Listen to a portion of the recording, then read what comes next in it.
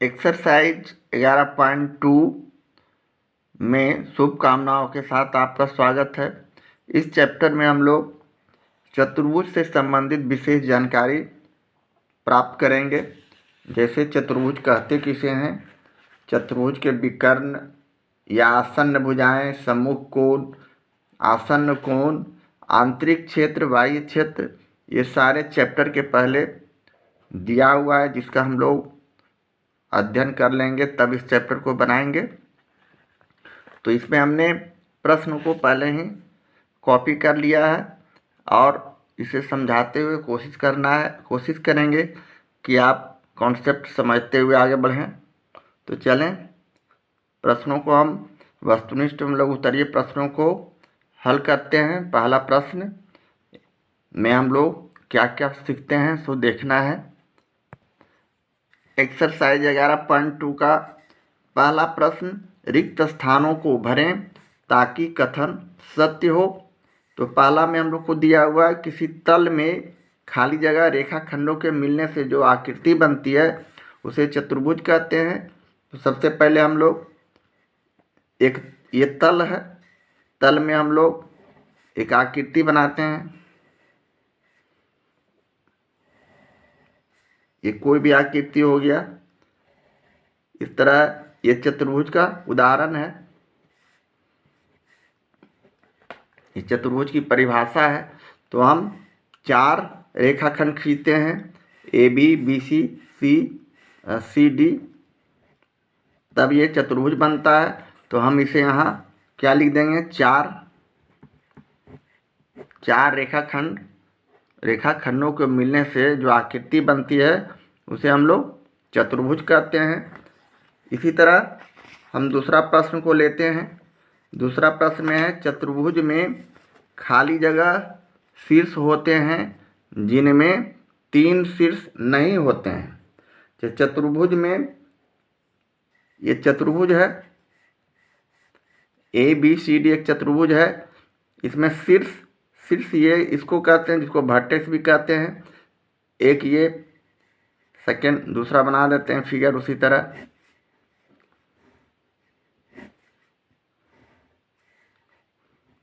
A B C और D, इसमें हम लोग इसे शीर्ष बोलते हैं। ये 4 शीर्ष हो गए।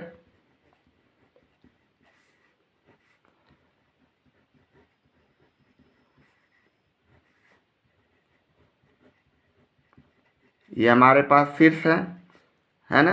तो चतुर्भुज में 4 शीर्ष होते हैं जिनमें 3 शीर्ष 1 2 3 या 1 2 3 या 1 2 3 मतलब रैखिक नहीं होते हैं।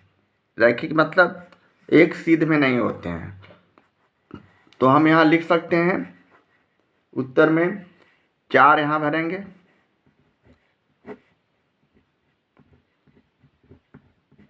यहाँ हम लोग क्या भरेंगे, रैखिक माने एक लाइन में एक सीध में नहीं होते हैं। इस प्रकार हम इसे सिर्फ भरते जाएंगे। अब हम लोग देखते हैं तीसरा प्रश्न, कोई चतुर्भुज कहने से उसके शीर्ष तथा खाली जगह का पता चलता है। तो कोई भी चतुर्भुज हम लोग खींचते हैं तो हमारे पास विकल्प होता है कि शीर्ष और भुजाओं का पता चल जाता है। जैसे हमने एक खींचा तो ये भुजा है, ऐसे किए तभी भुजा बना, ये भुजा है। इस तरह हम जब तक नहीं करेंगे तब तक हम चतुर्भुज का निर्माण नहीं कर सकते हैं। तो तीसरा में हम लोग क्या भरेंगे, भुजाओं। ये भुजा रहेगा तभी हम, और शीर्ष यही वर्टेक्स जो शीर्ष है, जैसा कि उसमें भी था, शीर्ष और भुजा दोनों रहेंगे तब जाके हम कोई भी चतुर्भुज का निर्माण कर सकते हैं। तो हम यहाँ तीसरा में लिख सकते हैं, भुजाओं, शीर्ष तथा भुजाओं। सिर्फ इसी तरह हमें सारे प्रश्नों को लिखते हुए हल करना है। अब हम चौथा प्रश्न को देखते हैं, चतुर्भुज के 2 भुजाओं के मिलने से जो आकृति बनती है उसे क्या कहते हैं? तो चतुर्भुज के चौथा में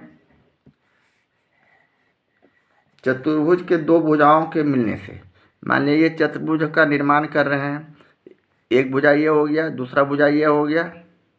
मान लीजिए इधर इसको हम खींचे एक भुजा, ये दूसरा भुजा है, तो ये दोनों चतुर्भुज के मिलने से, दो रेखा के मिलने से, मान लिया कि ए बी खींचा और ए डी खींचा, तो ये दो रेखा आपस में मिले, ए बी खींचा और ए डी खींचा, तो ये क्या बना? तो ये कोण बना। इसी तरह इसे और इसे खींचा तो ये भी कोण बना, ये भी कोण बना, कोण बना। इस तरह हम चौथा में क्या लिखेंगे? तो चौथा में हम लिखेंगे चतुर्भुज के दो भुजाओं के मिलने जो आकृति बनती है उसे हम लोग क्या कहते हैं? कोण कहते हैं। यहाँ हम कोण लिख देंगे। इसी तरह पांचवा प्रश्न लेते हैं। उत्तल चतुर्भुज के प्रत्येक भुजा के एक ही ओर दो अन्य स्थित होते हैं। उत्तल चतुर्भुज के प्रत्येक भुजा के एक ही ओर दो अन्य, उत्तल चतुर्भुज में हम लोग विकर्ण बना सकते हैं एक ही तरफ। तो उत्तल चतुर्भुज में मान लिया कि ये उत्तल चतुर्भुज है, चौथा। पांचवा, उत्तल चतुर्भुज में विकर्ण अंदर होता है ना, ये अंदर विकर्ण हुआ ए बी सी डी, ये हम उत्तल चतुर्भुज कह सकते हैं। और इसका विकर्ण आंतरिक अंदर की ओर होता है, जैसे विकर्ण हम इसे इधर खींच सकते हैं, जबकि अवतल चतुर्भुज में विकर्ण वायु क्षेत्र में होता है, बाहर होता है। तो यहाँ बोल रहा है पांचवा में उत्तल चतुर्भुज के प्रत्येक भुजा के एक ही ओर दो अन्य शीर्ष स्थित होते हैं। तो उत्तल चतुर्भुज बनाए तो इसका शीर्ष एक ही ओर है, इसका भी शीर्ष दोनों एक ही ओर है, इसका भी शीर्ष ये शीर्ष हुआ। इसे हम जैसा कि पहले बताया तो शीर्ष था तो एक ही ओर होता है, तो इसको हम छठा, पांचवा में हम क्या भरेंगे? तो पांचवा में हम शीर्ष स्थित होते हैं। उत्तल चतुर्भुज के प्रत्येक भुजा के एक ही ओर दो अन्य शीर्ष होते हैं, तो हम यहाँ शीर्ष भरेंगे।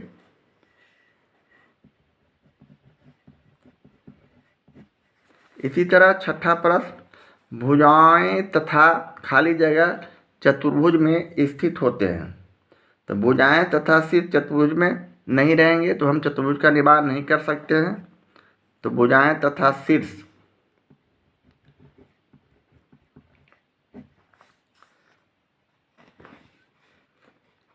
छठा के बाद सातवां, विकर्ण चतुर्भुज में स्थित खाली जगह होते हैं लेकिन विकर्ण का खाली जगह चतुर्भुज में स्थित होते हैं। तो सातवां में हम लोग नहीं होते हैं, विकर्ण चतुर्भुज में स्थित नहीं होते हैं।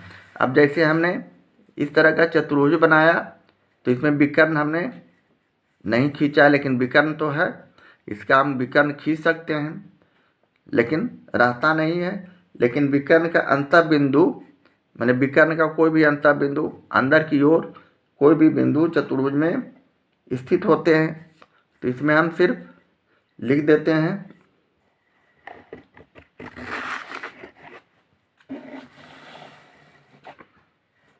सातवां में हम लिख देंगे नहीं होते हैं, लेकिन विकर्ण का अंतर बिंदु चतुर्भुज में स्थित होते हैं, तो सिर्फ अंतर बिंदु हम लिख देंगे।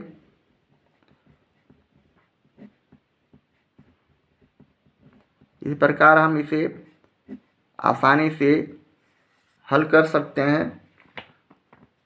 आठवां प्रश्न, किसी तल में एक चतुर्भुज खींचने से तल तीन भागों में बट जाता है।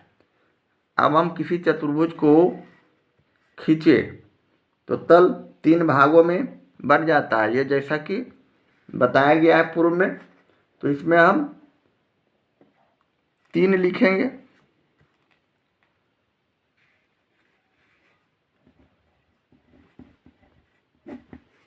इसी प्रकार किसी चतुर्भुज के विकर्णों के कटान बिंदु तथा चतुर्भुज के खाली जगह में स्थित होते हैं।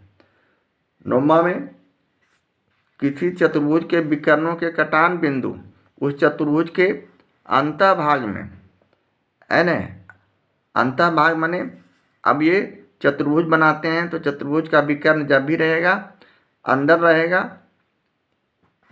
जैसे कि यहाँ चतुर्भुज बनाया तो हम इसको विकर्ण बनाते हैं तो ये चतुर्भुज के अंदर ही विकर्ण होता है। तो हम यहाँ लिख सकते हैं किसी चतुर्भुज के विकर्णों के कटान बिंदु उस चतुर्भुज के अंतःभाग में होते हैं।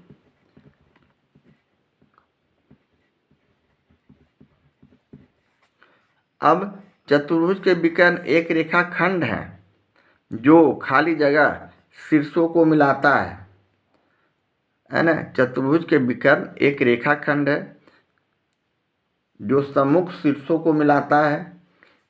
अब चतुर्भुज हमने बनाया इस तरह का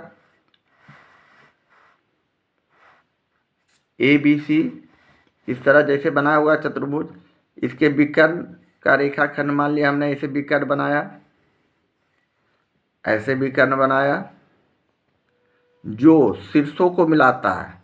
ये शीर्ष हुआ AC और ये शीर्ष हुआ BD, जो शीर्षों को सम्मुख शीर्षों पर मिलाता है। ये सम्मुख हुआ, सम्मुख माने आमने सामने का, B का सामने सम्मुख शीर्ष D हुआ, A का सम्मुख शीर्ष C हुआ। इस तरह हम यहाँ क्या लिखते हैं तो सम्मुख शीर्ष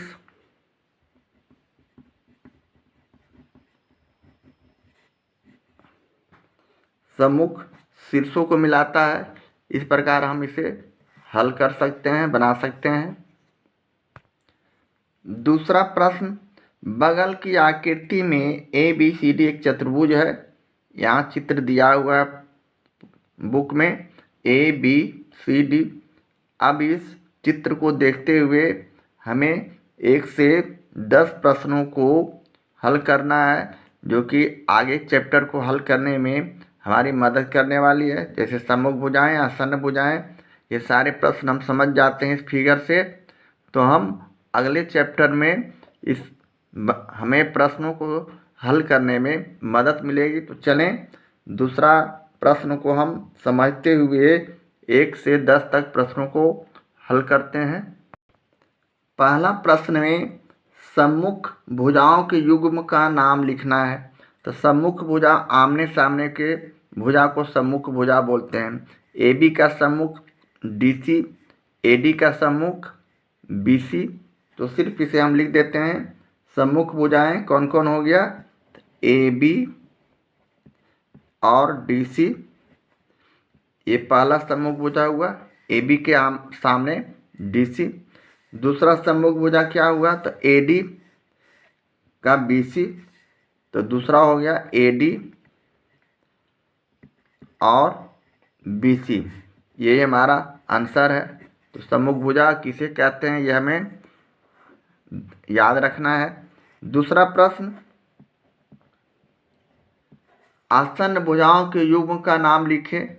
अब हमें आसन्न भुजा किसे कहते हैं इसे समझना है। अब AD का आसन्न भुजा AB, माने जो कोण बनाता है बगल वाले भुजा को, जैसे AD और AB, ये आसन्न भुजाओं के युग्म का नाम लिखना है। तो हमें आसन्न भुजा हो गया AD पहला और AB, AD और AB आसन्न भुजाओं के युग्म में होंगे दोनों। ये पहला हुआ। दूसरा हो गया AB और BC, मतलब बगल वाले लाइन जो रेखा मिलते हैं उसी को हम लोग कहते हैं आसन्न भुजाएं। आसन्न भुजाएं माने अगल बगल पड़ोसी जिसे कहते हैं। ये और ये आसन्न भुजाएं हो गया, ये और ये आसन्न भुजाएं हो गया, ये और ये आसन्न भुजाएं हो गया, ये और ये आसन्न भुजाएं हो गया। सबका नाम लिख देना है सिर्फ। तो ए डी और ए बी पहला आसन्न भुजाएं हुए, दूसरा ए बी और बी सी हो गया,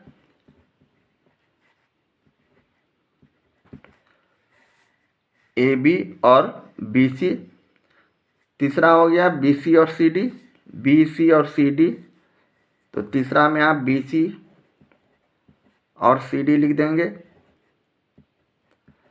और चौथा हो जाएगा सी डी और डी ए और ये भुजा, तो सी डी और डी ए। बस इतना ही हमें समझते हुए आगे बढ़ते जाना है, यही आंसर हो गया। तीसरा प्रश्न है सम्मुख कोणों का युग्म का नाम लिखें।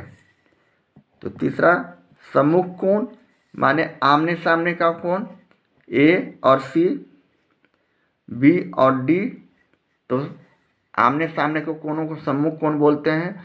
तो हम यहाँ लिख देंगे कोण ए और कोण सी, ये पहला सम्मुख कोण हो गया, माने दो सम्मुख कोण होंगे, कोण बी और कोण डी, ये हमारा आंसर हो गया तीसरा का। चौथा आसन्न कोणों के युग्म का नाम लिखें। आसन्न कोण बगल वाले कोण, ए और बी ये आसन्न कोण हो गए, बी और सी दूसरा आसन्न कोण हो गए, सी और डी तीसरा आसन्न कोण हो गया, डी और ए चौथा आसन्न कोण हो गए। तो हम यहाँ चौथा में कोण ए और कोण बी पहला आसन्न कोणों को लिख दिए, आसन्न कोणों के युग्म को लिख दिए, दूसरा कोण बी और कोण सी, कोण बी और कोण सी, इस तरह तीसरा लिख दिए कोण सी और कोण डी, चौथा हो गया कोण डी और कोण ए। चार आसन्न कोणों के युग्म बनेंगे किसी भी चतुर्भुज में। इस तरह हम इसे चौथा का आंसर लिखे। पांचवा में है, पांचवा प्रश्न में दो चार सॉरी देखते हैं थोड़ा सा प्रश्न। पांचवा प्रश्न हमारे पास दिया हुआ सम्मुख भुजाओं के कितने युग्म हैं, है ना। सम्मुख भुजाओं के कितने युग्म अभी हम निकाले हैं। पांचवा में हम सम्मुख भुजाओं के दो युग्म है ना। तीसरा जो है सम्मुख कोणों का युग्म, तो तीसरा का ही ये पुनरावृत्ति है, एक युग्म ये और एक युग्म ये, तो दो लिख देंगे, सिर्फ दो लिख देना है पांचवा में। छठा में कह रहा आसन भुजाओं के कितने युग्म है, तो अभी हमने ऊपर आसन भुजाओं का प्रश्न हल किया जो कि चौथा है, 1 2 3 4। तो इसका छठा में हम लोग आंसर में 4 लिखेंगे। इसी तरह सातवां में आसन्न कोणों के कितने युग्म है, तो सातवां में आसन्न कोणों का युग्म भी 4 है। आसन्न कोणों का युग्म भी कितना है, तो 4 है, जैसा कि हम लोग दूसरा में बनाए हैं। एक युग्म ये, दूसरा ये, तीसरा ये, चौथा ये, इसमें भी हमने 4 आंसर लिख दिया। आठवां में सम्मुख कोणों के कितने युग्म है, तो सम्मुख कोणों के युग्म का नाम हम लोग तीसरा में लिख चुके हैं। सम्मुख कोणों के कितने युग्म हैं इसका नाम हम लोग लिख चुके हैं। तो एक युग्म ये हो गया तीसरा में, और ये हो गया यानी 2। तो हम लोग आठवां में उत्तर 2 लिखेंगे। विकर्णों के नाम लिखना है। विकर्ण हम इसमें विकर्ण खींचते हैं समझने के लिए। मान लिया हमने यहाँ विकर्ण खींचा इस तरह, इसका खींचा इस तरह, तो विकर्ण हमारे पास कितने हो गए, नाम लिखना है सॉरी। तो ए विकर्ण एसी हो गया, है ना। विकर्ण का नाम क्या हो जाएगा, एसी, और दूसरा विकर्ण का नाम डीबी या बीडी, कुछ भी लिख सकते हैं। तो BD। इस तरह हम नाम लिख दिए विकर्ण का। तो AC और BD हमारा विकर्ण हो गया। इसके बाद 10वां में विकर्णों की संख्या कितनी है? तो स्वाभाविक है विकर्णों की संख्या 2 है। जैसा कि हमने 2 यहाँ AB और BD लिखा है, तो यहाँ सिर्फ 2 लिख देंगे।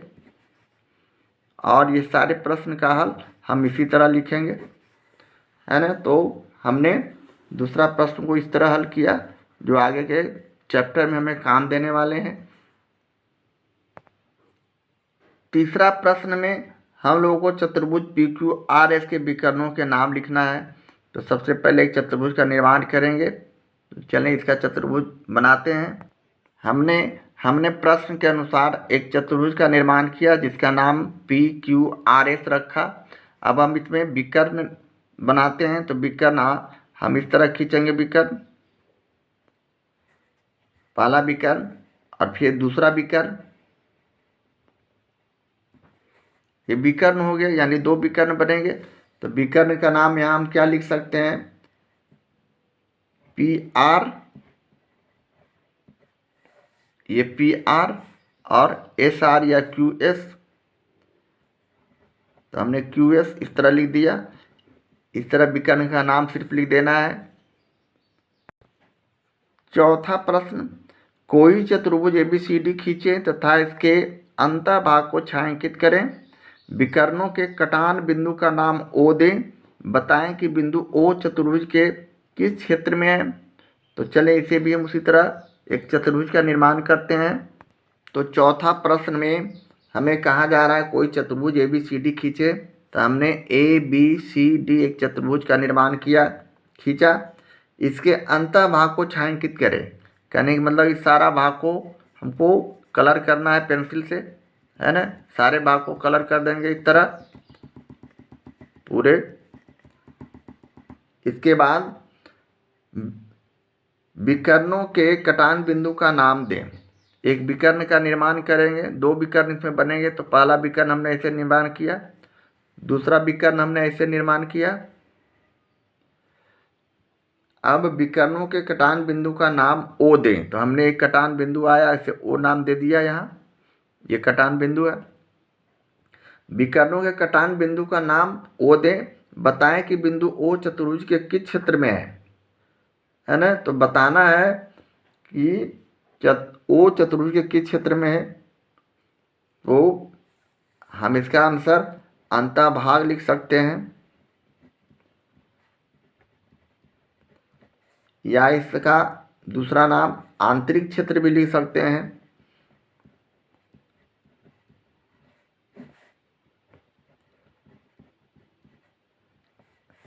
ये हमारा आंसर हो गया। इस प्रकार इस चैप्टर को हमने समाप्त कर लिया और चतुर्भुज के बारे में हम लोगों ने विशेष जानकारी प्राप्त की। तो चलें हम इस चैप्टर को अब एंड करते हैं।